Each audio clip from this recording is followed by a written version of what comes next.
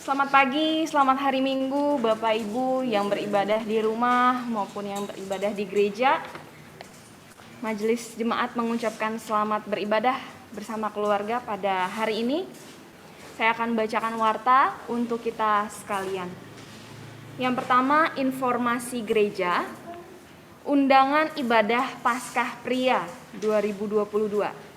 Sinode Gereja Kristus mengundang Komisi Pria Sinode Gereja Kristus untuk menghadiri ibadah Paskah 2022 yang akan dilaksanakan pada hari Sabtu 23 April 2022 jam 9.30 pagi sampai selesai.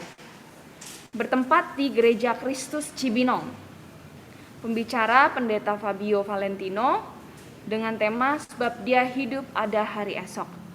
Setiap gereja Kristus dapat mengirimkan perwakilannya 5 sampai dengan 10 orang.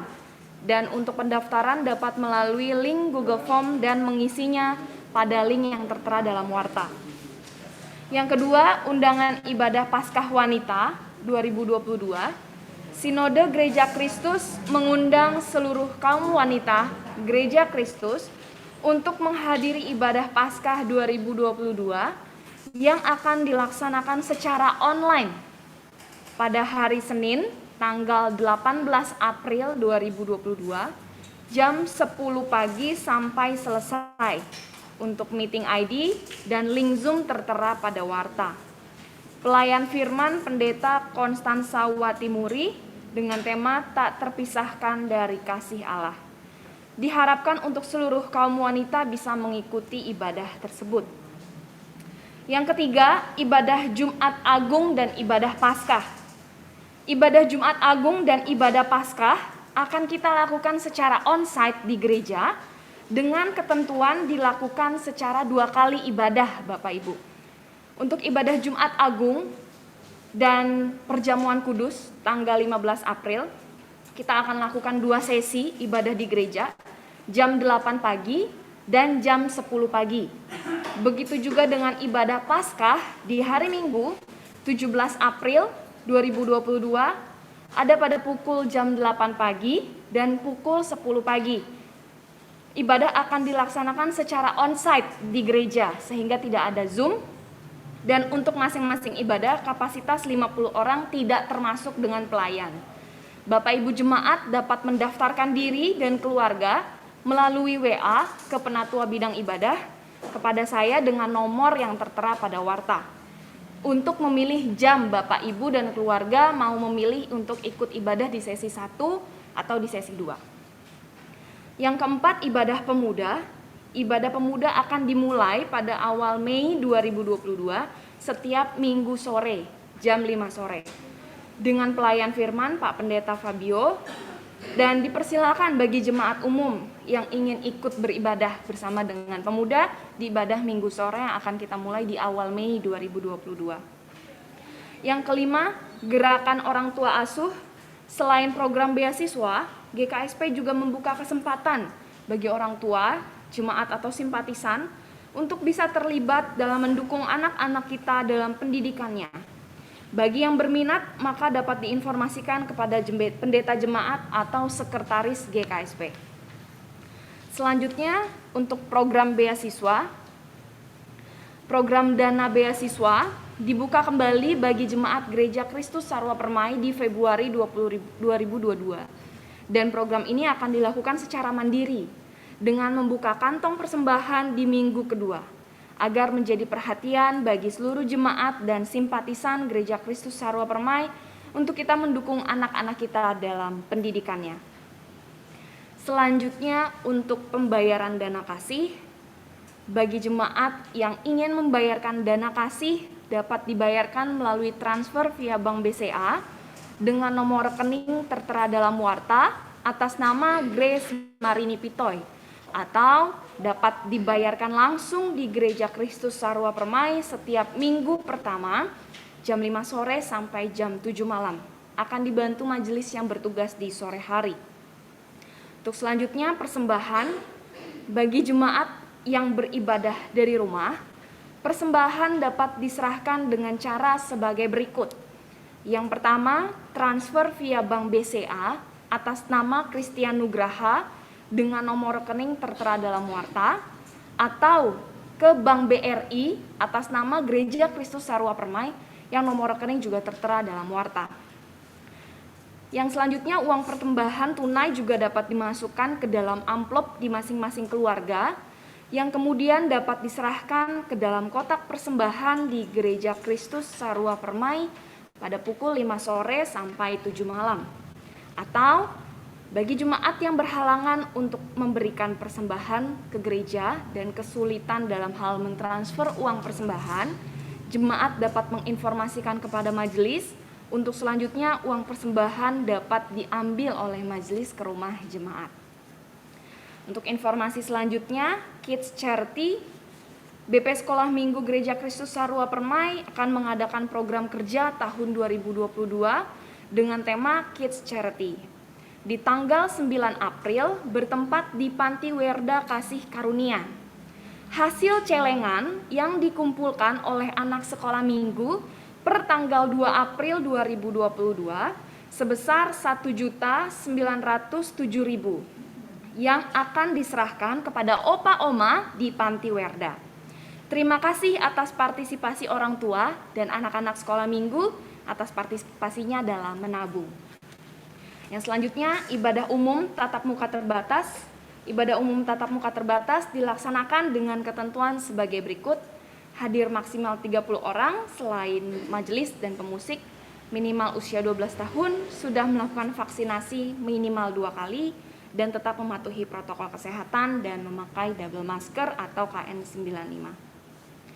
Untuk informasi lainnya, jumlah dana kasih, dana pastori, dan dana misi dapat Bapak Ibu lihat dalam warta. Ulang tahun jemaat, segenap majelis dan jemaat mengucapkan selamat ulang tahun. Tuhan Yesus memberkati kehidupan Bapak, Ibu, Saudara-saudari. Yang pertama, pada Ibu Grace Marini Pitoy tanggal 29 Maret, Ibu Maria Lamtiur Siregar pada tanggal 30 Maret, Saudari Evelyn Andreawati pada tanggal 1 April, dan Andrew Pratama pada tanggal 3 April. Selamat ulang tahun, Tuhan Yesus memberkati. Untuk laporan keuangan update per tanggal 31 Maret 2022, Bapak Ibu dapat lihat secara mendetail dalam warta. Namun untuk saldo akhir per tanggal 31 Maret 2022, kas jemaat sejumlah Rp46.819.370. Demikian penegasan warta untuk kita sekalian. Saya undang Bapak Ibu jemaat untuk bangkit berdiri. Bapak Ibu jemaat yang dikasihi Tuhan, mari kita siapkan diri kita untuk memuji dan menyembah Tuhan. Sebab Tuhan Allah hadir bersama-sama dengan kita. Mari kita menyanyikan pujian Nafiri nomor 3 ayat 1 dan 2. Tuhan Allah hadir.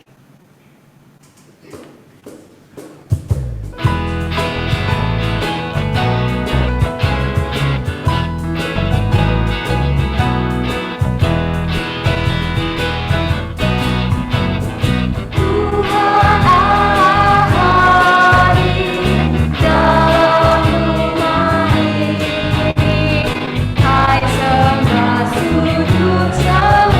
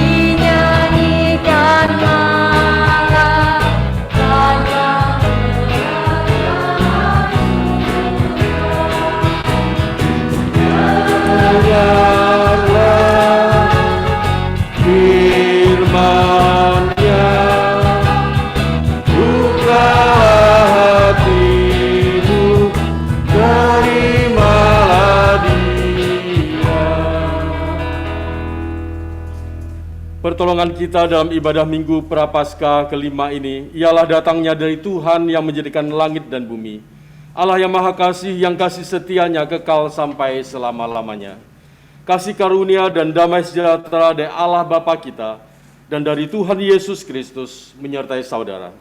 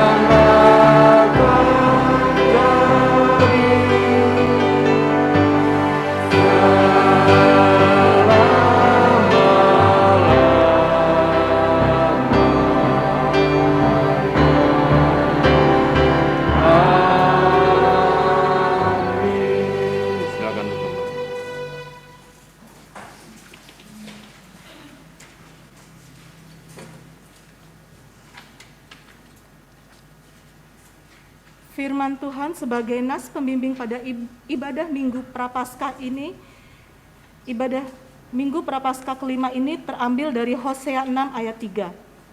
Marilah kita mengenal dan berusaha sungguh-sungguh mengenal Tuhan. Ia pasti muncul seperti fajar, ia akan datang kepada kita seperti hujan pada akhir musim yang mengairi bumi. Mari kita bersyukur kepada Tuhan sambil menyanyikan pujian nafiri rohani nomor 48 ayat 1 sampai dengan 3, Tuhanku Yesus.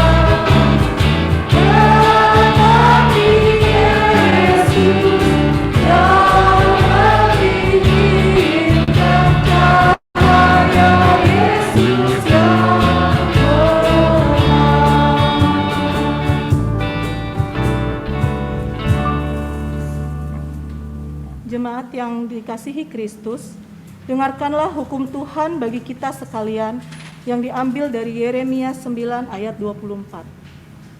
Siapa yang mau bermegah, baiklah ia bermegah karena yang berikut.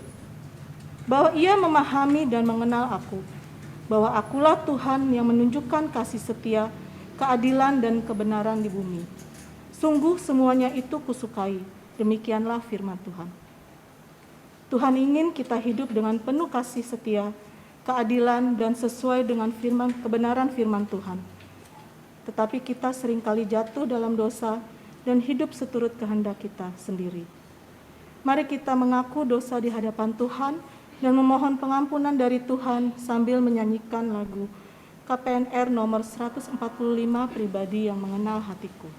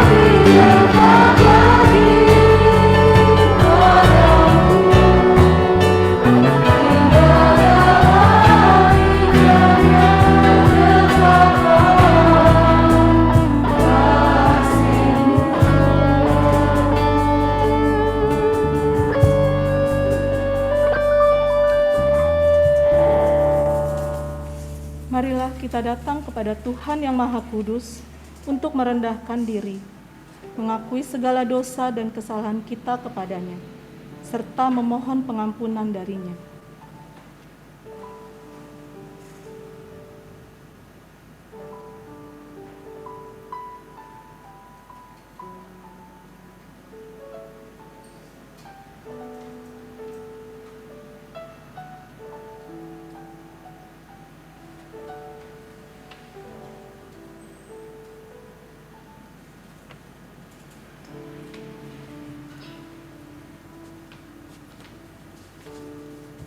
Tuhan, kami merendahkan diri di hadapan-Mu, menyerahkan kehidupan kami.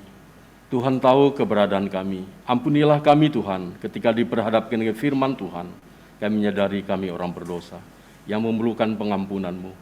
Pengampunan yang kami terima dari Tuhan, yang membuat kami sentiasa hidup dengar-dengaran akan firman-Mu, dalam setiap pikiran, langkah hidup kami, tutur kata kami, boleh sesuai dengan kehendak-Mu. Terima kasih Tuhan untuk pengampunan-Mu. Engkau tidak menolak anak-anak-Mu yang sungguh-sungguh datang memohon pengampunan dosa daripada-Mu.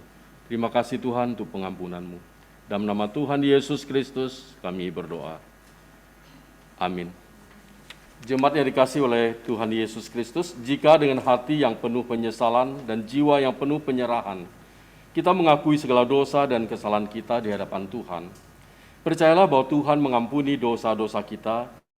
Firman Tuhan sebagai berita anugerah pengampunan diambil dari Lukas pasal 5 ayat 20. Ketika Yesus melihat iman mereka, berkatalah ia, Hai saudara, dosamu sudah diampuni. Berdasarkan firman Tuhan ini, maka sebagai hamba Yesus Kristus, saya memberitakan bahwa pengampunan dosa telah berlaku bagi kita dalam nama Bapa dan Anak dan Roh Kudus. Amin.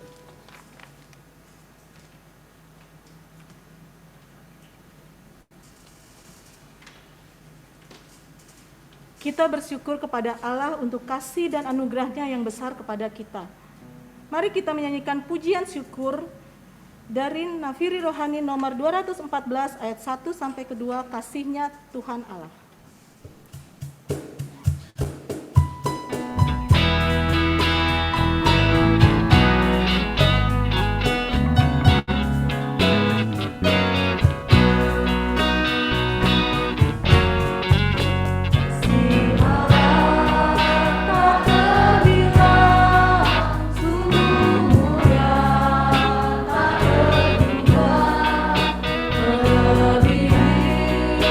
Tinggi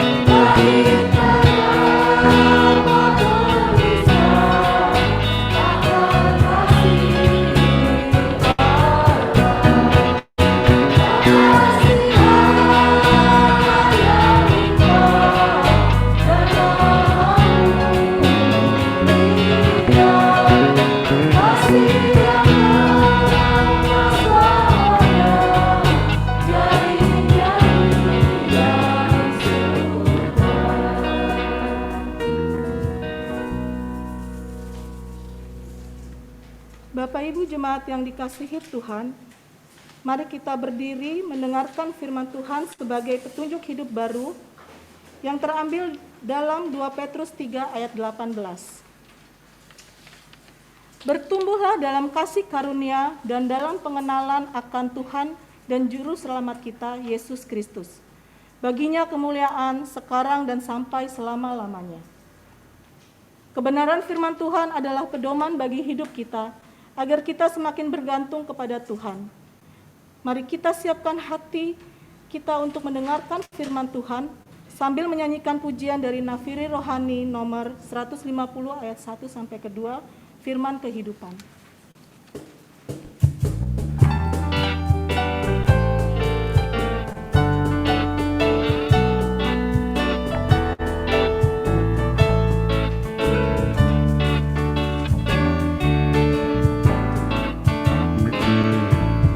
Nyanyikan lagu bagiku, firman kehidupan, hendaklah nyata bagiku, firman kehidupan, firman yang terindah, ajarku setia, indah benar, ajar benar, firman kehidupan, indah benar, ajar benar, firman kehidupan.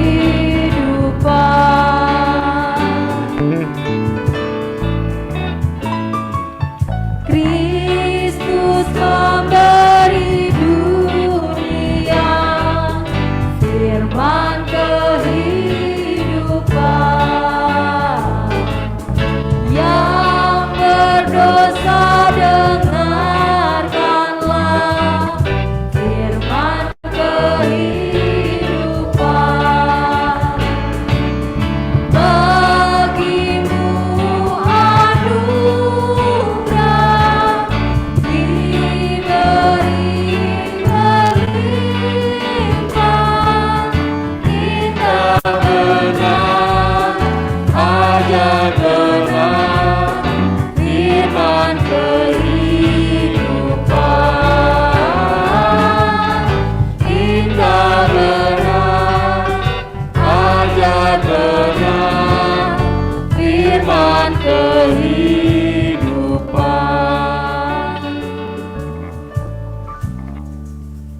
Tuhan, kami siap akan mendengarkan pembacaan firman Tuhan dan penguraiannya. Roh Kudus urapi kami semua, baik hamba-Mu yang menyampaikan dan juga kami yang mendengarkannya, baik yang ada di gereja maupun yang mengikuti dari rumah. Bila kami diberkati oleh Tuhan, kami disingkapkan oleh Roh-Mu, pengertian kami akan kebenaran firman Tuhan yang sebentar akan kami dengarkan. Bila hidup kami selalu berkenan kepada Tuhan, dan kami tahu apa yang harus kami lakukan lewat sikap hidup, tutur kata, perkataan kami, merupakan kesaksian hidup kami bagi Kristus di tengah dunia ini. Bicaralah pada kami Tuhan, semua kami membutuhkan firman-Mu, sebagai pedoman dan arahan hidup kami untuk tetap dalam jalur yang Tuhan kehendaki.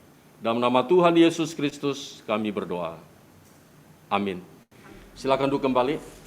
Shalom Bapak Ibu dan saudara kasih dalam Tuhan Yesus, baik di gereja maupun yang di rumah, semuanya boleh sehat dan boleh terus kuat dalam iman menghadapi berbagai macam persoalan, ya. Sakit penyakit, pergumulan ekonomi, ya, silih berganti, ya. Pandemi Covid juga sudah mereda, tapi bukan berarti tidak ada, ya.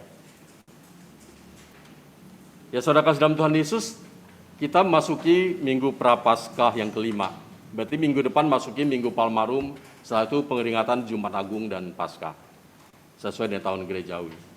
Dan firman Tuhan hari ini, yaitu mengenal kebenaran sejati dari Allah, diambil dari pembacaan Filipi pasal 3. Saya akan membacakan untuk kita, saya mulai membaca dari ayat yang pertama.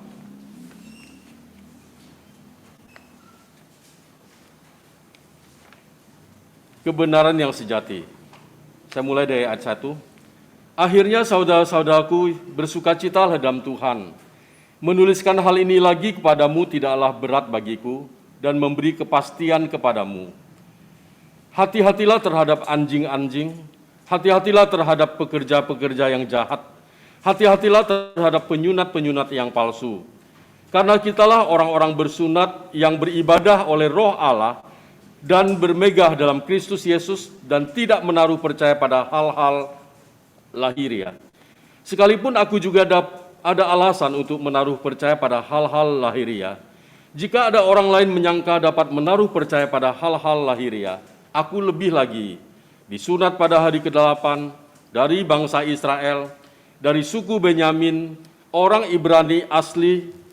Tentang pendirian terhadap hukum Taurat aku orang Farisi. Tentang kegiatan aku penganiaya jemaat. Tentang kebenaran dalam mentaati hukum Taurat aku tidak bercacat. Tetapi apa yang dahulu merupakan keuntungan bagiku, sekarang ku anggap rugi karena Kristus.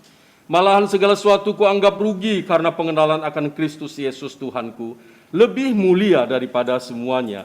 Oleh karena dialah aku telah melepaskan semuanya itu dan menganggapnya sampah, supaya aku memperoleh Kristus dan berada dalam Dia bukan dengan kebenaranku sendiri karena mentaati hukum Taurat, melainkan dengan kebenaran karena kepercayaan kepada Kristus, yaitu kebenaran yang Allah anugerahkan berdasarkan kepercayaan.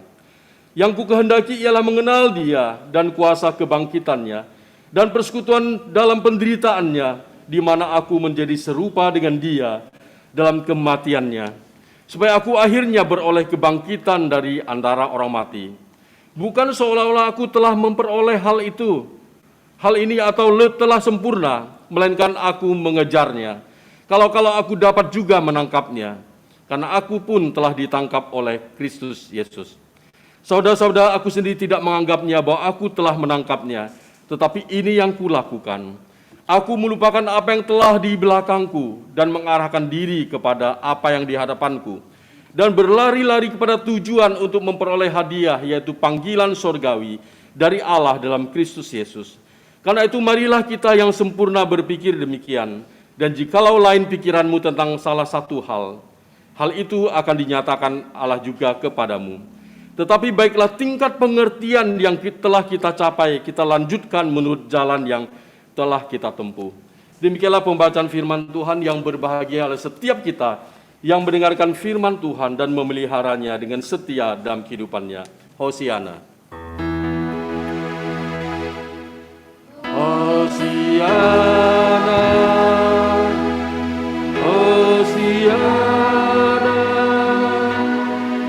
Hosiana.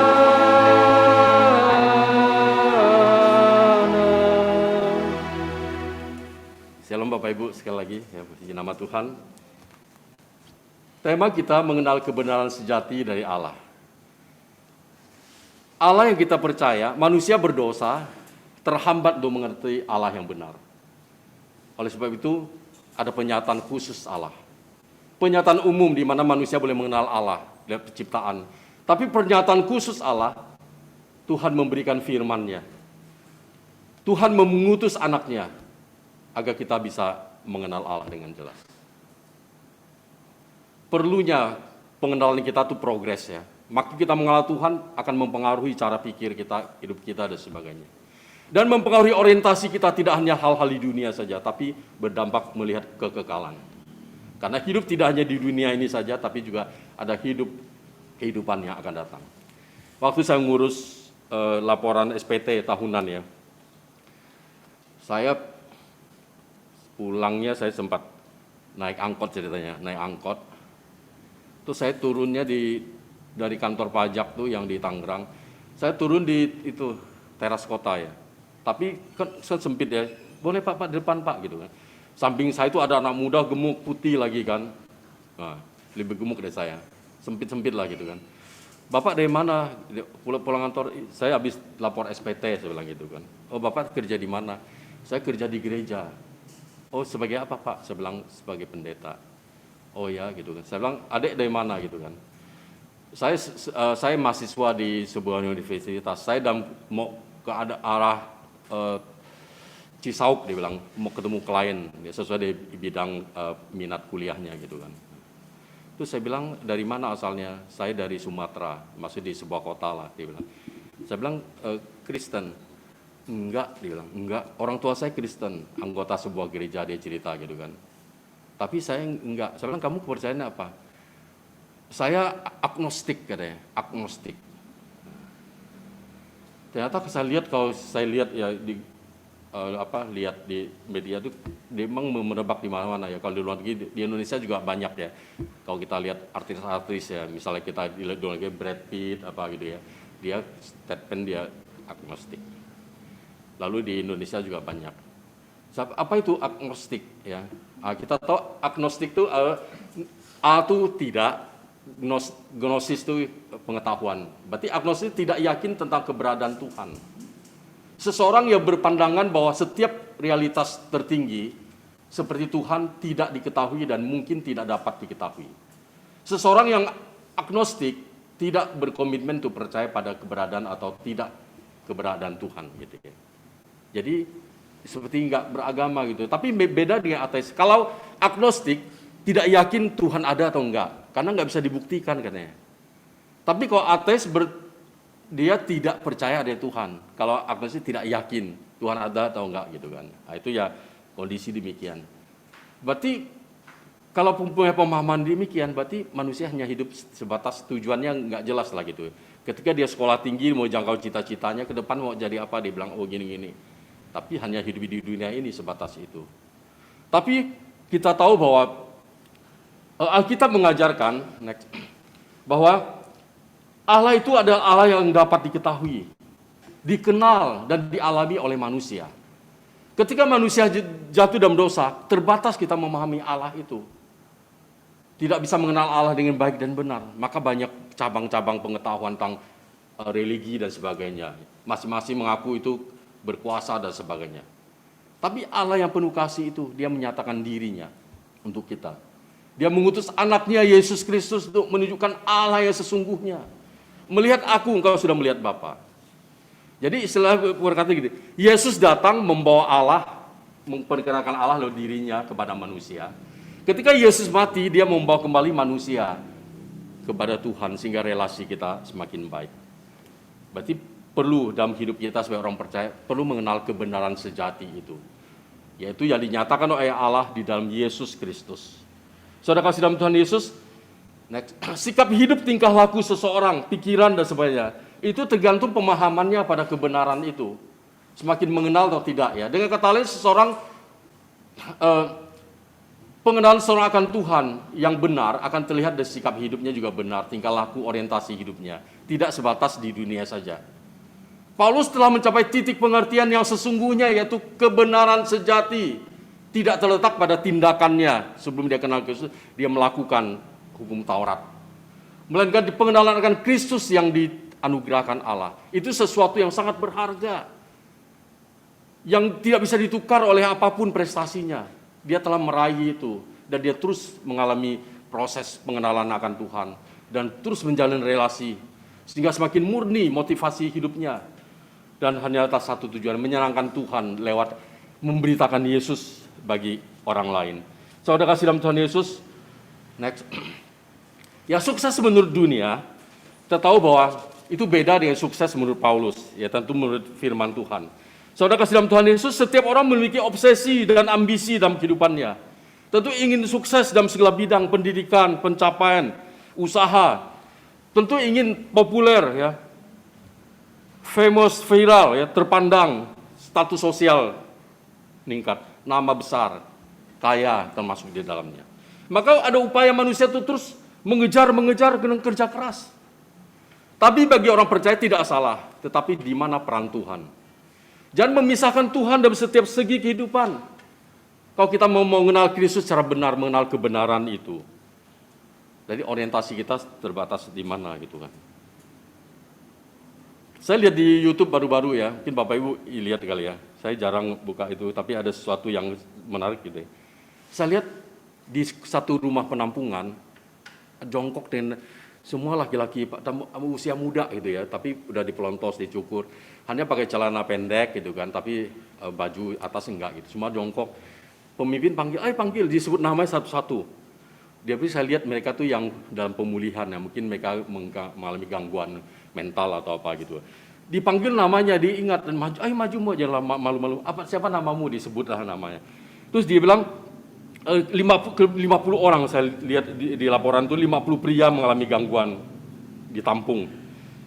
Dilayani di satu tempat ya oleh satu yayasan ya. Masing-masing maju tanya namanya ya, satu-satu dikatakan. Setelah menyebut namanya ditanya, kamu namanya siapa? Ada yang satu bilang, aku belum ada. Kok belum ada? Mungkin belum itu ya. Temannya bilang, namanya Jono gitu kan. Nah, Jono. Oh, Jono. Lalu apa cita-citamu? Dia diam, tapi rata-rata yang ditanya itu sebut namanya hanya satu yang lupa. Semuanya punya cita-cita. Cita-cita ada yang mau jadi pilot, ada yang mau jadi dokter, ada yang mau jadi polisi, ada yang saya mau jadi pengusaha, ada yang bilang direktur apa gitu ya. Saya mau jadi tukang kayu. Ada yang mau jawab, saya mau jadi presiden. Nah gitu. Nah, orang gila saja punya cita-cita, apalagi setiap kita yang normal kan. Nah, tentu dunia menilai kesuksesan seseorang dengan sejauh mana ia sukses dalam pendidikan, sukses dalam karir, bisnis dan sebagainya. Karena itulah yang paling berharga untuk modal hidup di dunia ini. Yaitu standar dunia. Manusia semua mengejar hal itu. Tetapi bagi kita ditinggal di dunia yang sementara, tidak salah kita mengejar semua itu. Tapi itu hanya sarana. Pengenalan kita akan Tuhan tidak sebatas berkat itu, capaian itu, tapi lebih. Ya. Apa yang dicapai dunia itu sifatnya sementara, akan ditinggalkan. Tapi pengenalan akan Tuhan berdampak kekal. Ya saudara kasih dalam Tuhan Yesus. Next. Paulus sebelum mengenal Kristus, mengalami perjumpaan dengan Kristus, kita tahu masalah lalunya kan, dia ganas, kayak teroris lah gitu ya, bunuh, ya. Dia nggak menghargai orang karena tidak sesuai dengan kepercayaannya gitu ya. Kita tahu, tapi peristiwa Tuhan menangkap dia di peristiwa jalan ke Damsik. Itu pertobatan, starting point-nya dia mulai hidup baru ya. Rasul Paulus termasuk orang yang gigih mengejar impiannya. Ia mencapai kesuksesan, menjadi orang yang hebat, dan ia bangga dari prestasi hidup, status sosialnya. Kalau kita lihat 4-6 ya. Percaya pada hal-hal lahiriah, disunat, suku Benyamin, orang Ibrani asli, kegiatannya penganiayaan jemaat, suatu kebanggaan. Tidak banyak orang yang seperti itu pada zamannya. Dia melakukan hal itu, dianggap prestasi. Dia dididik sebagai orang Farisi menurut mazhab yang paling keras dalam agama Yahudi. Ia tidak bercacat dan melaksanakan hukum Taurat. Gurunya ada Gamaliel, seorang ahli Taurat ternama dari golongan Farisi, anggota dari Mahkamah Agama di Yerusalem. Pencapaian-pencapaian ini membuat dirinya bangga dan sangat dihargai dan disegani oleh orang lain. Pertanyaan bagi kita, apakah semua yang diraih dan dimiliki oleh Paulus pada saat itu mendatangkan kebahagiaan sejati bagi Paulus? Justru tidak. Dianggap pemahamannya sudah benar. Dia mengejar orang-orang percaya tersebar pada waktu itu dengan surat kuasa di bawah. Tetapi perjumpaan dengan Tuhan memporak-porandakan semuanya. Bahwa dirinya tidak ada kepuasan. Waktu itu dia mungkin puas ketika memenjarakan orang, membunuh orang, ya, tapi dalam hatinya ada kekosongan. Prestasi duniawi yang dicapai tidak pernah menggantikan hati yang kosong dari setiap pribadi. Kecuali kehadiran Tuhan, orang menerima Tuhan sebagai juru selamat. Kehadiran Roh Kudus, kehadiran firman Tuhan yang memimpin hidup setiap orang. Manusia tidak pernah akan puas. Next. Ini ilustrasi yang sudah biasa ya. Mulai dari bawah ya. Nah, ketika dia duduk ya, yang belah kanan paling bawah, dia duduk, dia lihat apa? Enak ya orang bisa jalan gitu kan. Nah, benar kan?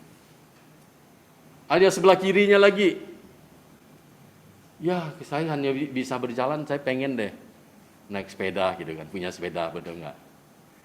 Sebelah kanan atas, ketika dia punya sepeda, aku pengen deh punya kendaraan gitu kan. Tapi udah yang paling kiri lagi atas, ketika punya kendaraan dia lihat sebelahnya, look at the new car ya, ada mobil baru lagi lebih tarik gitu kan. Ya materi tidak pernah memuaskan manusia. Tuhan pencipta kita yang memuaskan kita. Maka dalam Alkitab perjalanan siapa cinta uang tidak akan pernah puas dengan uang. Bahkan akar segala kejahatan itu cinta uang. Uang hanya sarana. Next. Ya, Paulus setelah dia mengenal Kristus, mengalami perjumpaan dengan kebenaran sejati itu, hidup tujuannya berubah total. Katanya berbalik, dikatakan 180 derajat. Dalam teks yang kita baca ternyata segala kemegahan diri dengan pencapaian tidak lagi menjadi yang utama dalam hidup Paulus. Mengapa? Jawabannya sangat jelas, Paulus mengalami perjumpaan dengan Kristus. Yang ada kebenaran sejati itu. Akibat dari perjumpaan dengan Kristus yang ada kebenaran sejati itu, tujuan hidupnya ditukar. Ya. Motivasinya diluruskan. Arah hidupnya jelas tertuju pada panggilan surgawi itu. Apa yang dahulu merupakan keuntungan, kini dianggap rugi. Apa yang dahulu dikejar dan digenggam, kini dilepaskannya dan dianggap sampah. Istilah sampah di sini seperti di kotoran yang kita buang di jamban ya, di WC gitu, seperti itu. Jadi apa yang terpenting ketika ia mengalami perjumpaan dengan Kristus? Hidup dalam kebenaran Kristus, berdasarkan kebenaran yang Allah anugerahkan. Ini terlihat dalam perjalanan hidup Paulus. Kalau kita melihat ke seluruh suratnya dalam Kisah Rasul juga sebagai contoh. Ketika dia menghadapi penganiayaan, penderitaan, dia mengandalkan kuasa Tuhan. Dia tidak pernah mundur, dia tidak pernah menyesal. Banyak orang mungkin ikut Yesus menyaksikan bisnis berhasil, ini sukses dan sebagainya. Mujizat-mujizat. Tapi Paulus justru menyaksikan penderitaan demi penderitaan berbeda. Jadi imannya sangat dimurnikan. Ya. Dia tahu bahwa apa yang dia miliki itu hanya sementara. Saya ingat lagu ya ketika persiapan ini. Apa artinya hidup ini tanpa Yesus kau miliki? Apa artinya kekayaan tanpa Yesus kau miliki? Bila saatnya telah tiba, kita dipanggil olehnya, maka semua yang kita miliki tak akan berarti lagi. Itu mengatakan bahwa apa yang kita capai di dunia itu sementara. Kalau kita hanya sebatas orientasi hidup, ya. Maka kita perlu mengenal kebenaran sejati itu. Tuhan dapat dikenal. Maka Paulus mengatakan kita harus menjadi semakin serupa dengan Kristus dalam karakternya. Itu pencapaian yang sukses menurut Paulus, gitu ya. Itu hal yang paling penting. Ketika berhadapan dengan orang yang ingin berdebat, Paulus bisa mengandalkan pengetahuannya, kepintarannya. Ya, dia pengetahuannya luas. Tapi ketika menghadapi penderitaan penganiayaan, dia tidak mengandalkan pikirannya, tapi dia mengandalkan Tuhan. Maka dikatakan segala perkara dapat kutanggung di dalam Dia yang memberikan kekuatan padaku. Berarti secara manusia dia nggak kuat, tapi Tuhan yang memberi kekuatan baginya. Maka Tuhanlah sumber harapannya. Maka kebenaran sejati dia kenal. Maka percaya pada Tuhan Yesus itu progres terus-menerus pengenalan. Dan dia terus tetap setia dan akan setia meskipun menderita. Kalau kita baca di Kisah Rasul 27 ayat 19, sebab itu ya Raja Agripa kepada penglihatan yang dari sorga itu tidak pernah aku tidak taat. Dia taat karena dia menemui kebenaran dalam Kristus itu, bukan pengetahuan Tauratnya yang lalu. Yang dilakukan dengan sepenuh hati, tetapi anugerah Tuhan yang berlaku baginya. Maka dikatakan dalam surat yang lain, di antara para rasul itu akulah paling berdosa. Ya benar, karena dia penganiaya jemaat. Dia menghina nama Tuhan, dia membenci nama Tuhan. Tapi karena kasih Tuhan, dia ditangkap oleh Tuhan. Maka dikatakan seperti aku telah ditangkap oleh Kristus. Paulus telah teruji lewati berbagai kendala, kesulitan dalam hidupnya dan pelayanannya. Kalau kita membaca di 2 Korintus pasal 11, jelas berapa kali dia mengalami karam kapal, terkatung-katung di laut. Dia sering diancam bahaya banjir, bahaya penyamun, bahaya pihak orang yang Yahudi, pihak orang yang bukan Yahudi, bahaya di kota, bahaya di padang gurun, bahaya di tengah laut, dan bahaya dari pihak-pihak saudara palsu. Dia banyak berjerih lelah, bekerja berat. Kerap kali aku tidak tidur, aku lapar, dahaga. Kerap kali aku berpuasa, keginan dan tanpa pakaian. Dan dengan tidak menyebut banyak hal lagi, urusanku sehari-hari yaitu memelihara semua jemaat. Kenapa mengalami penderitaan? Karena Kristus, konsekuensinya dia tidak undur. Karena dia mengenal kebenaran sejati itu. Dia tidak terbatas pada pandangannya, worldview-nya pada dunia ini. Dengan penjelasan ini bahwa Paulus ingin orang-orang percaya termasuk kita tetap bertahan dan terus setia pada Kristus Yesus tanpa ragu dan gentar sedikit pun. Maka mengenal Tuhan jangan sebatas kita, oh aku udah anggota gereja, dibaptis dari CD, oh aku sudah melayani. Tapi ada pertumbuhan iman yang progres nggak semakin mengenal Kristus. Kalau kita semakin mengenal Kristus, akan semakin mengasihi Tuhan, juga semakin mengasihi manusia. Kalau kita semakin mengenal Kristus, kita akan mentaati apa perintahnya. Ya bukan hanya aman agung ya. Perintah untuk saling mengampuni, saling memperhatikan, saling peduli juga ya. Memang nggak gampang ya, manusia penuh persoalan. Nggak gampang. Mengenal Yesus dan kuasanya, kebangkitannya, persekutuan dan penderitaan agar serupa dengan Yesus dalam kematian dan beroleh kebangkitan dari orang mati. Jadi perjumpaan diri Paulus dengan Kristus mau perubahan pada dirinya yang begitu drastis. Dan dia dikatakan dia bersukacita, sukacita karena mengenal kebenaran sejati bukan karena situasi. Tapi dia kata dia bersukacita. Surat Filipi terkenal dengan tema bersukacita. Diulangi berapa kata bersukacita. Paulus mengajak jemaat bersukacita dalam Tuhan, bukan karena situasi. Kita masih bisa bersukacita enggak ketika ekonomi sulit? Bisa bersukacita enggak ketika terpapar COVID misalnya? Masih bersukacita enggak ketika di PHK tidak ada pekerjaan dan sebagainya? Bersukacita enggak ketika terpaksa puasa karena nggak bisa makan karena duit habis misalnya? Tapi bagi orang percaya yang setia, bukan materi jasmani itu menjadi perhatian utama, tapi dan di batin kita, di hati kita, rohani kita akan dikuatkan oleh Tuhan. Pasti ada maksud Tuhan. Orang yang mengenal kebenaran tidak pernah akan mundur. Dan mengenal Kristus yang benar, bahwa hidup itu ada salib, ada bagian penderitaan yang kita harus alami sebagai konsekuensi orang beriman. Kalau orang mengatakan ikut Yesus harus sukses, kalau nggak sukses berarti belum bertobat. Itu pemahaman salib yang disingkirkan dalam hidupnya. Ia tidak menyimpan kekecewaan dan kepahitan setelah mengikuti Yesus. Memang jujur kita sulit untuk bersukacita ketika berada pada situasi yang menderita. Penuh persoalan, ekonomi, sakit, penyakit gitu. Ya tapi harus bersukacita, bersyukur. Saya juga diajar Tuhan terus bersyukur. Jatuh di motor, ya bersyukur, masih bisa terus melayani gitu ya. Tapi saya bilang, bersyukurlah bisa ketemu dokter bedah gitu, bedah tuh. Luka kecil aku lebarin ya Pak ya, karena takut infeksi ya dok gitu kan. Ternyata setelah itu sakitnya. Tapi juga harus belajar langkah, ditopang kanan gitu kan. Kalau enggak nanti gimana gitu ya. Kadang sebulan lah pasti akan tutup gula darah normal. Ternyata sebulan lewat belum. Malah kalau saya foto saya dilihat atau gitu ya, geli. Ada saudara tanya, gimana kondisi kakinya, boleh lihat enggak? Saya ini unjukin. Yang dia lihat ada geli, apalagi saya ngalamin gitu kan. Nah, belum nutup nih, kan masih pakai sendal, belum pakai sebulan lagi kali, mudah-mudahan ya.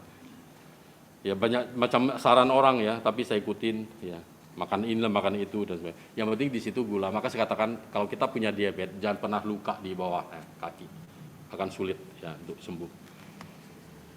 Ya baru keluar dari rumah setelah operasi, saya kena COVID yang kedua kali. Ya saya juga harus syukuri juga ya. Nikmati. Ketika orang malah penderitaan COVID gini kita ngalami, lalu kita ngerti ya. Bukan harus apa-apa harus alami dulu gitu kan. Lalu kita baru ngerti orang. Tapi Tuhan izinkan setiap kita coba punya pergumulan. Disitulah iman kita semakin murni. Kalau kita mengenal kebenaran, maka relasi dengan Tuhan. Pengenalan yang benar pada Tuhan tidak pernah terlepas dari relasi. Kalau kita mengenal Tuhan semakin dalam, kita tidak pernah lepas dari pembacaan firman Tuhan, merenungkannya, berdoa, bahkan beribadah. Kebenaran sejati yang mempengaruhi memimpin kita untuk dapat terus setia dan kita bersukacita. Mengenal kebenaran sejati membuat Paulus dapat membedakan mana kebenaran sejati, mana kebenaran palsu. Maka di ayat 2 dikatakan, Paulus menyebut ajaran sesat sebagai anjing-anjing. Kelompok ini telah memutarbalikkan kebenaran, merongrong kehidupan jemaat dan pelayanannya. Ia tidak lagi percaya pada hal-hal lahiriah, yang pencapaian-pencapaian tadi. Dia rela melepaskan kebanggaan masa lalunya di ayat 7-8. Lebih mengutamakan pengenalan akan Kristus. Itu lebih utama, semakin mengenal dia.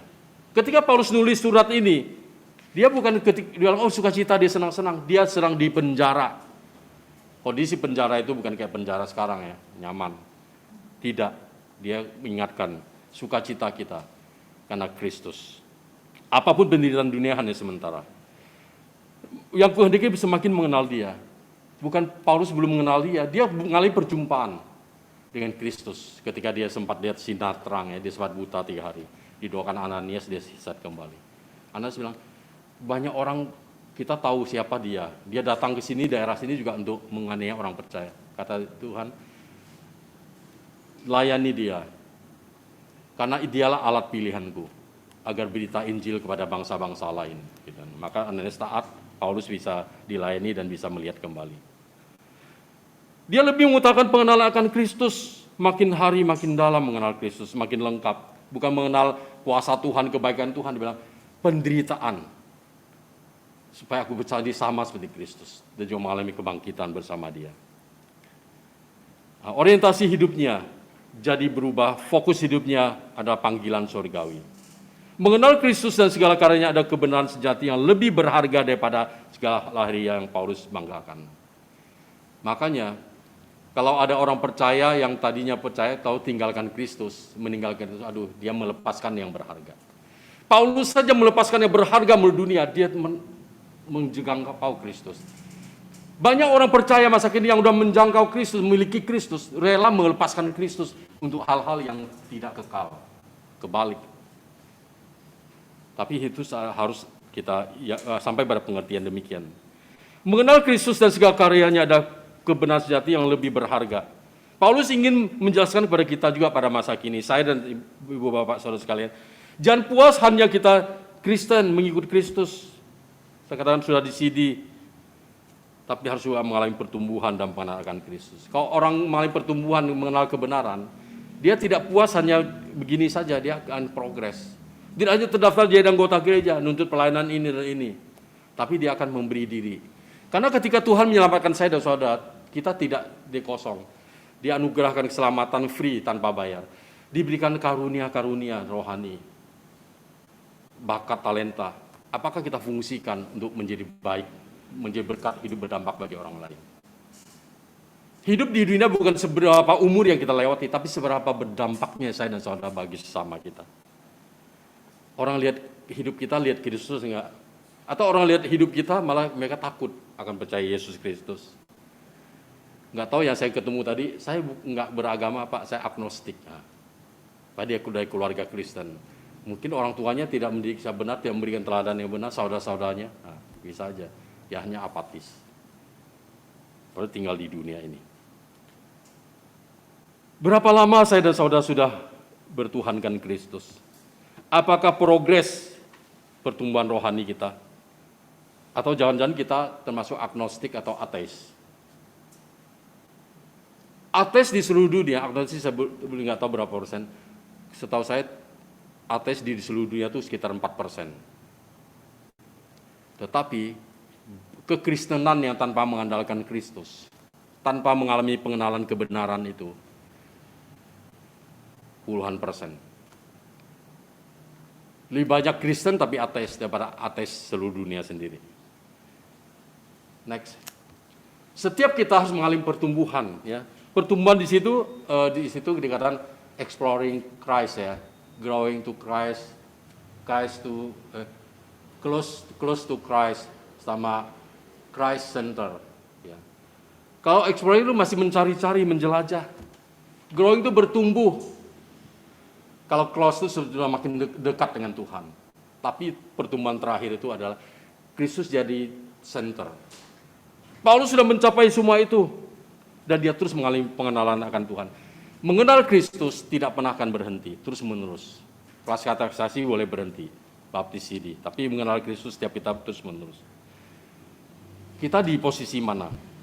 Kalau exploring Christianity itu dia kata begini, saya percaya pada Tuhan, tapi saya tidak yakin tentang Kristus. Iman saya bukanlah bagian penting dari hidup saya. Itu masih dasar aja. Nah, banyak orang, apakah di KKSP banyak demikian? Iman tidak jadi masalah, tidak penting. Kalau orang tua punya pemahaman demikian, dia Cintailah anak saya mau kemana aja gitu kan. Mau nikah sama siapa aja gitu kan, bisa aja kan. Bukan menghakimi ya, ini kan ya riset dari sebuah lembaga yang diterbitkan gitu ya. Itu kira-kira demikian ya. I believe in God but I'm not sure about Christ. My faith is not a significant part of my life. Jadi iman itu nggak penting lah bagian hidup saya.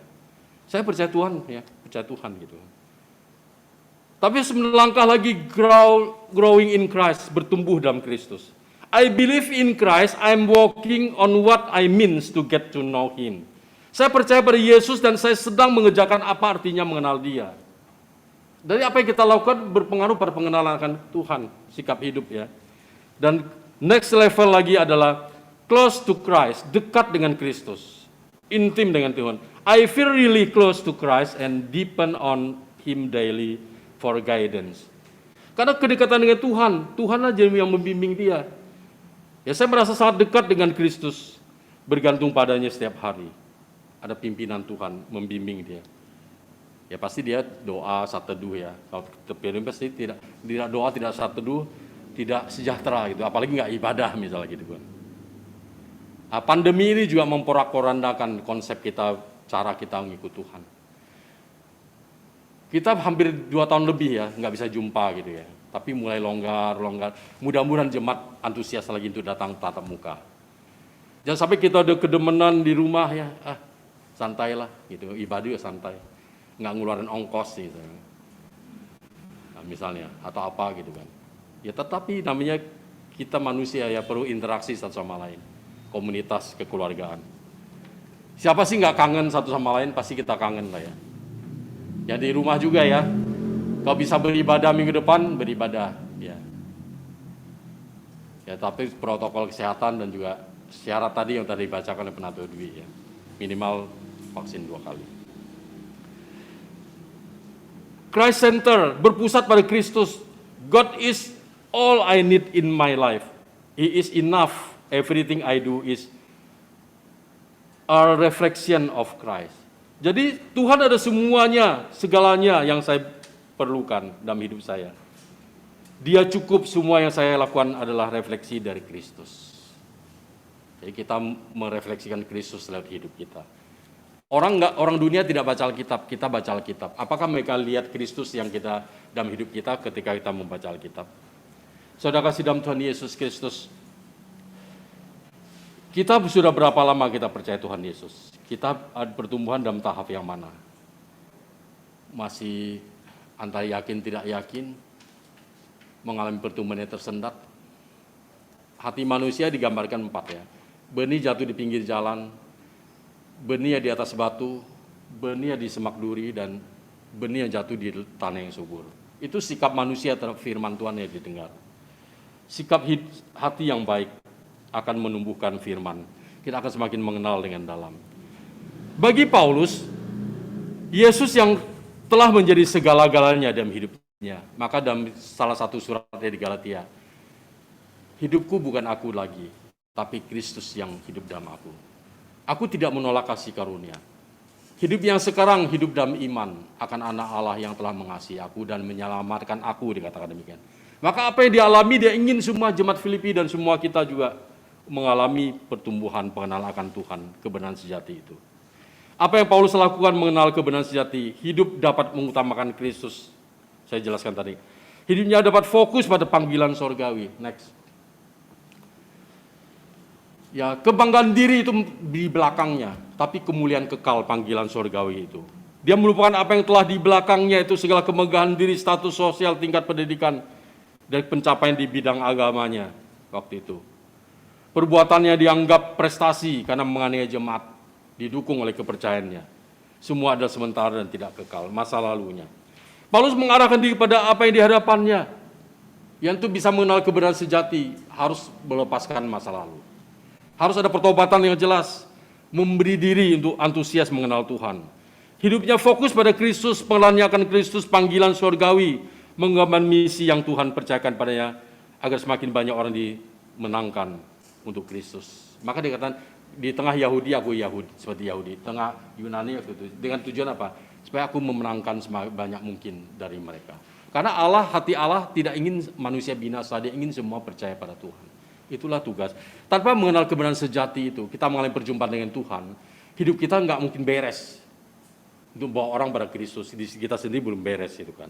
Masih ragu tentang Tuhan. Paulus berlari kepada tujuan untuk memperoleh hadiah, yaitu memiliki ketekunan mencapai tujuan, penuh pengabdian setia melakukan kehendak Tuhan.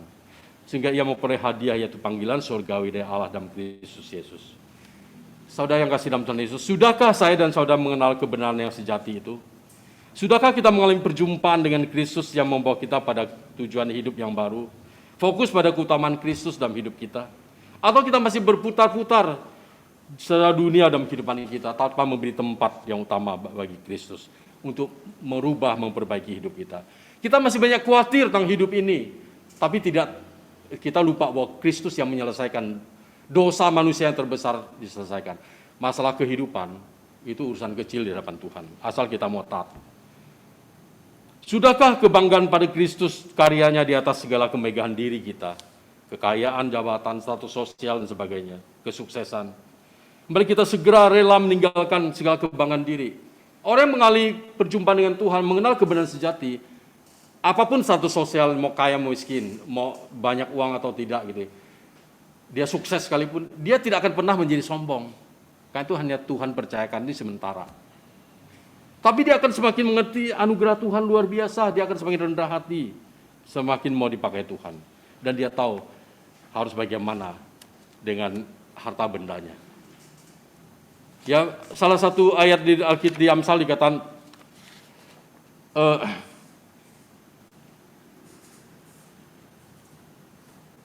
harta benda yang diperoleh dengan kefasikan tidak berguna, tetapi kebenaran menyelamatkan orang dari maut.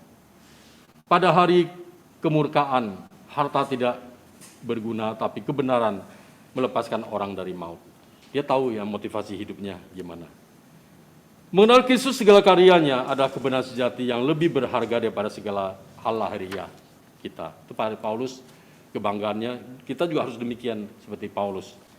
Paulus katakan, ikutilah teladanku karena aku telah meladani Kristus. Ya, dia sungguh-sungguh ya terbukti. Dalam Prapaskah 5 ini, hendaklah masing-masing kita memiliki tekad untuk semakin bertumbuh dalam pengenalan akan Kristus dan segala karyanya. Paulus semakin mengenal Kristus sehingga apa yang merupakan tujuannya, kebanggaannya, lahiriahnya menjadi tak lagi berarti. Hanya fokus ketaatannya pada Tuhan. Kalau kita masih bangga dengan capaian-capaian, status kita sebagainya, kita jauh dari pengenalan akan kebenaran sejati. Masih cenderung membesarkan ego kita. Tidak mungkin akan rendah hati. Tidak mungkin akan mengikut Tuhan dengan benar. Karena kita mikir enaknya saja ya. Ketika diizinkan masalah untuk buktikan murni iman kita, kita menyalahin Tuhan. Jangan bermegah karena hal-hal lahiriah yang kita miliki. Tapi bermegahlah karena Kristus yang kita miliki. Dan Kristus menjadi milik kita, dia milik kita. Agar semakin banyak orang yang kita menangkan bagi kemuliaan nama Yesus. Bersyukurlah anugerah Tuhan dalam hidup kita, dalam Yesus Kristus. Kita semakin progres mengalami pertumbuhan iman, pengenalan akan Tuhan. Mengenal kebenaran sejati itu dalam Kristus. Kita akan semakin taat, kita akan semakin setia, kita akan semakin rendah hati, kita akan semakin serupa dengan Kristus.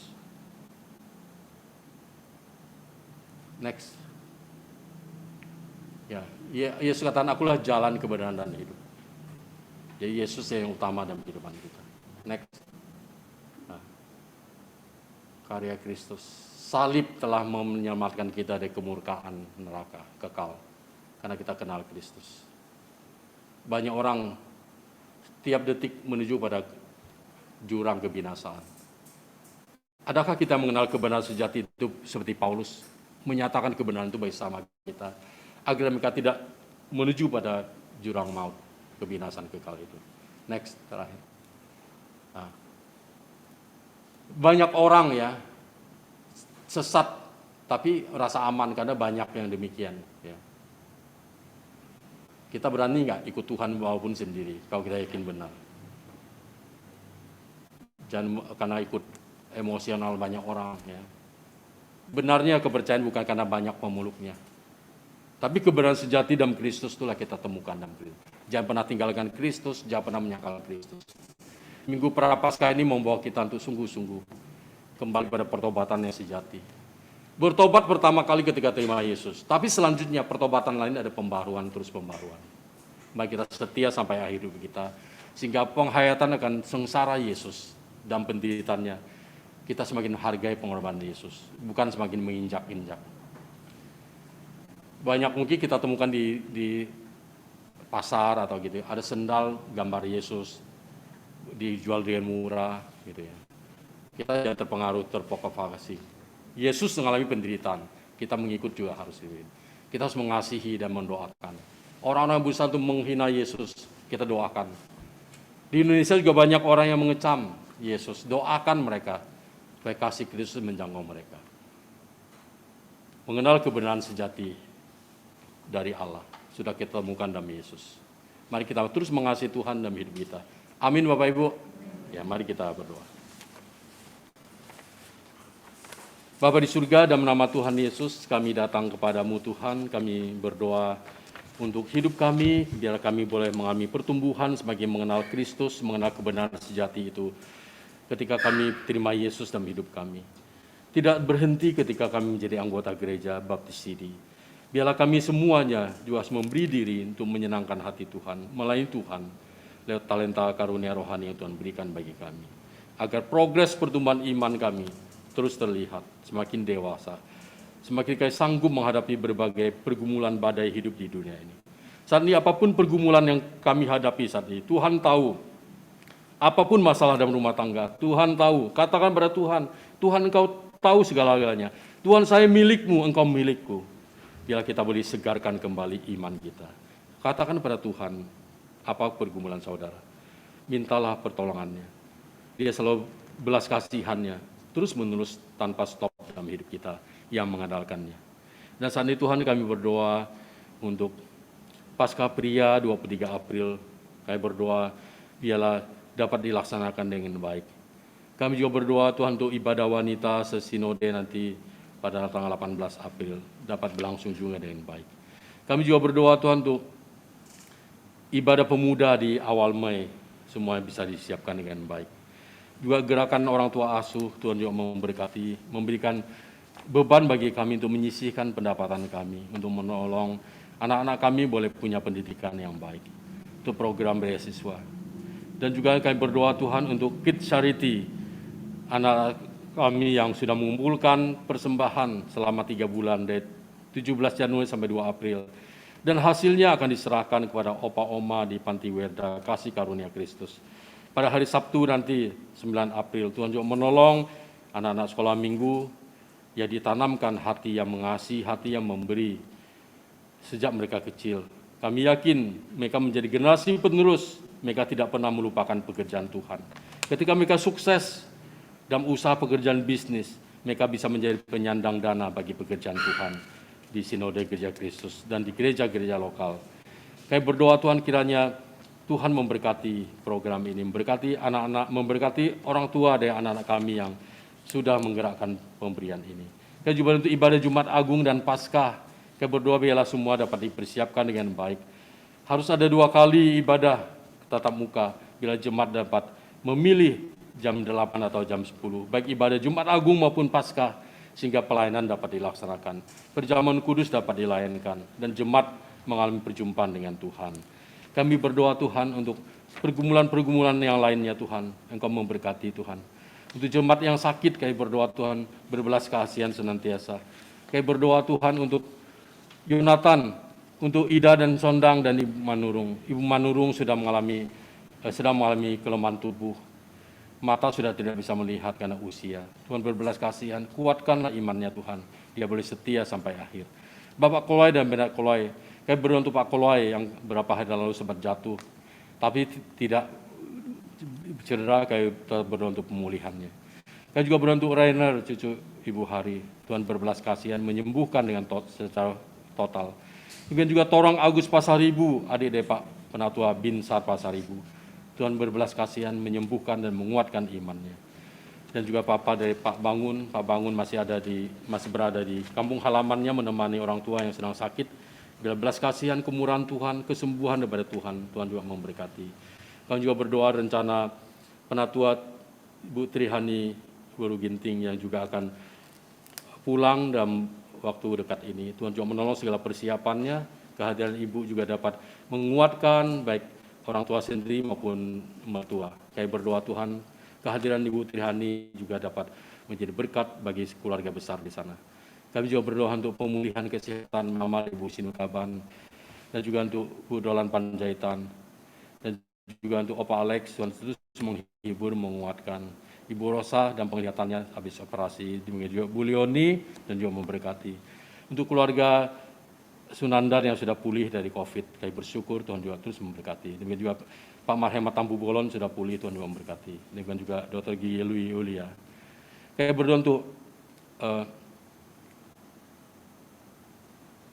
Ibu Natalia yang sudah melahirkan, Natalia Sirait, Tuhan juga memberkati bayinya dalam pertumbuhan dengan baik. Juga Pak Damanik yang beberapa waktu lalu menjalani operasi, sempat lama di ICU.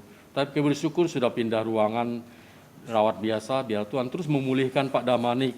Belas kasihan Tuhan bagi Pak Damanik agar boleh sehat kembali sehingga dapat beribadah bersama-sama kami. Kami berdoa untuk jemaat-jemaat yang lain mungkin punya pergumulan dan kami tidak tahu. Tuhan juga berbelas kasihan pada mereka. Yang punya pergumulan masalah pekerjaan, usaha, pendidikan anak, ekonomi dan keluarga. Pasangan hidup yang rindu memiliki keturunan. Kami juga berdoa Tuhan memberkati. Untuk masa kehamilan Ibu Veronica Galuh dan juga penatua Gesia Rumate. Tuhan menolong mereka dapat melahirkan dengan pertolongan Tuhan pada waktunya. Tuhan juga memberkati kedua ibu ini. Terakhir kami berdoa untuk bangsa negara kami. Vaksin COVID yang terus dilancarkan dan dilaksanakan di seluruh pelosok tanah air. Bila terjadi imunitas yang tinggi di masyarakat, sudah mencapai 70% lebih, kami bersyukur. Ekonomi negara yang tidak gampang Tuhan, pulihkanlah Tuhan. Berikan kesadaran bagi masyarakat, khususnya orang-orang kaya, tidak pelit tapi boleh mendukung pemerintah untuk memberantas kemiskinan, menolong orang-orang yang membutuhkan.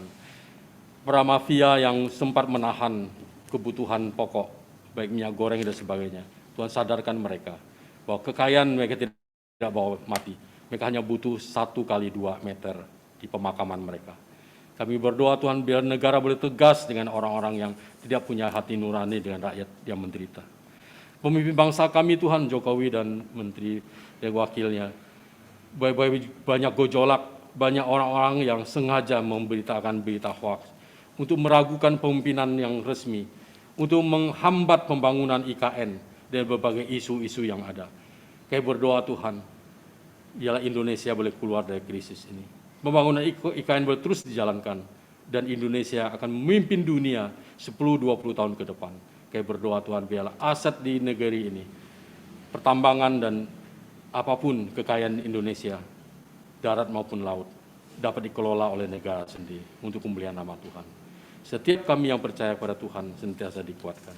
Yang berulang tahun, kami berdoa untuk Ibu Grace Marini Pitoy, Ibu Maria Lamtir Siregar, dan juga Saudari Evelyn Andriawati dan juga Andrew Pratama. Dia bertambah usia, keempat saudara kami Tuhan terus menguatkan. Tuhan memberkati usaha pekerjaan pelayanan mereka. Untuk masa depan mereka Tuhan, dalam keluarga Tuhan memberkati mereka. Untuk cita-cita saudara kami dan pendidikan mereka Tuhan memberkati.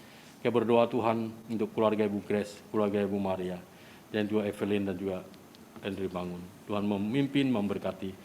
Pakai saudara kami terus menjadi saluran berkat bagi banyak orang. Inilah doa kami yang kami panjatkan dalam satu nama, Tuhan Yesus Kristus yang telah mengajar kami berdoa. Bapa kami di surga, dikuduskan nama, datanglah kerajaan, jadilah kehendak-Mu di bumi seperti surga. Berikan kami pada hari ini makan kami syukur, dan ampunilah kami akan kesalahan kami, seperti kami juga mengampuni orang bersalah. Dan janganlah membawa kami ke dalam mencoba, tapi lepaskanlah kami dari jahat. Karena Engkau punya kerajaan dan kuasa dan kemuliaan sampai selama-lamanya. Amin. Saya undang kita bangkit berdiri.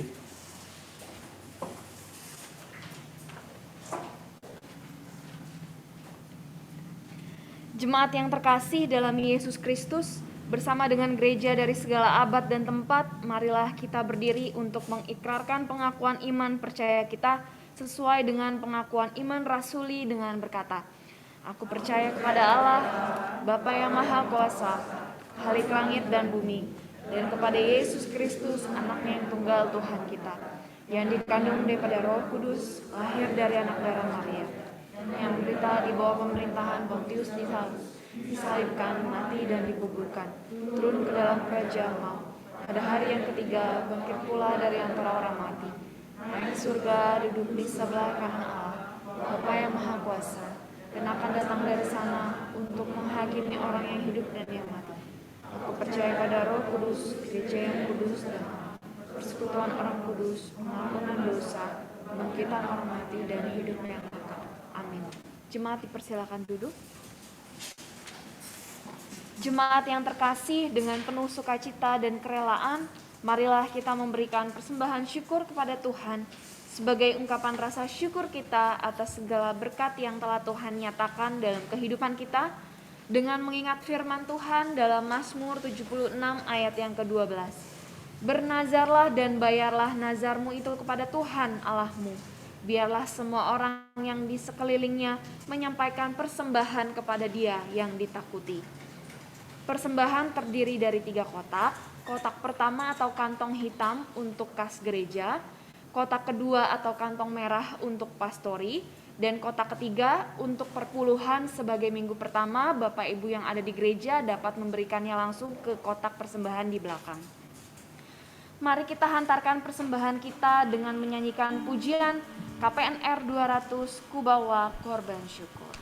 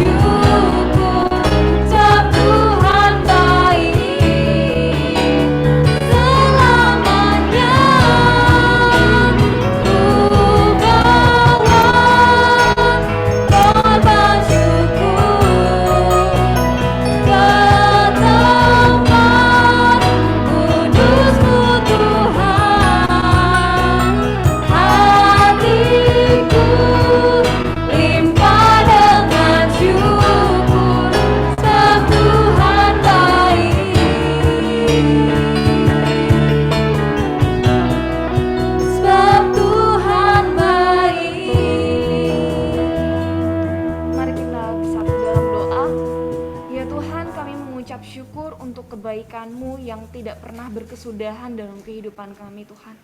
Dan saat ini kami datang mempersembahkan korban syukur kami, yakni persembahan kami Tuhan kepada hadirat-Mu. Tuhan, mungkin persembahan kami jauh daripada sempurna, tapi biarlah Engkau yang boleh menyempurnakannya. Berkati setiap kami Tuhan yang sudah memberi maupun yang belum sempat memberi, biarlah berikan kami sukacita berkelimpahan terus di dalam Tuhan, agar kami dengan sukacita terus mendukung pelayanan dimanapun Tuhan menempatkan kami. Dan saat ini Tuhan, biarlah Kau berkati persembahan kami, berkati juga ya Tuhan majelis yang akan mengelolanya, berikan rasa takut akan Tuhan, agar setiap persembahan ini dapat dikelola dan dapat dipakai hanya untuk kemuliaan nama Tuhan saja.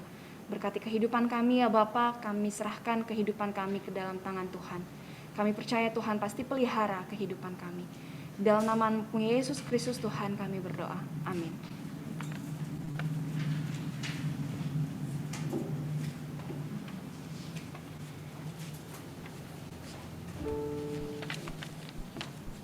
Jemaat sekalian, pulanglah dengan sukacita dan damai sejahtera.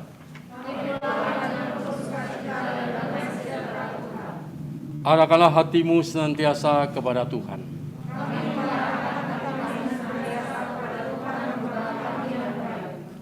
Kenallah Tuhan, bergaul dengannya, dan jadilah saksi Tuhan yang setia.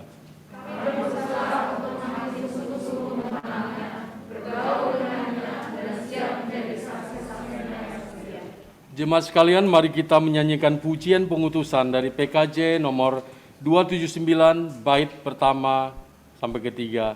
Semua orang inginkan kebenaran.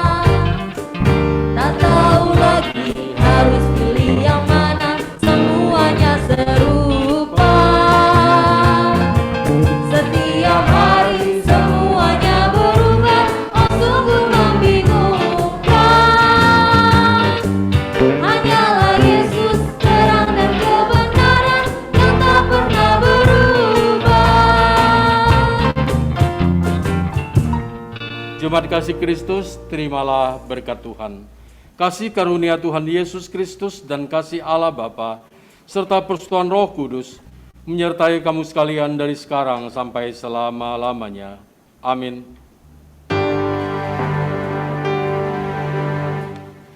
Roh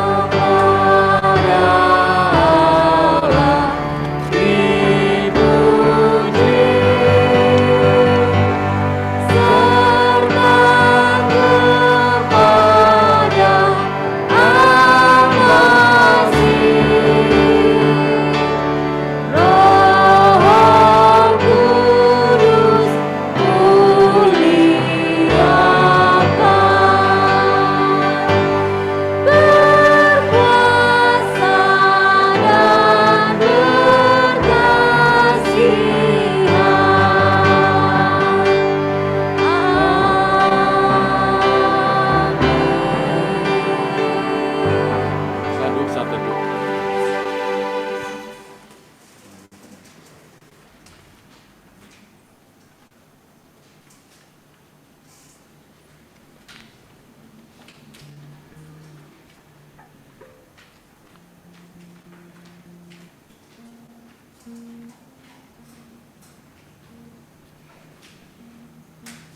Ya, selamat hari Minggu Bapak Ibu jemaat sekalian yang beribadah di gereja. Selamat hari Minggu juga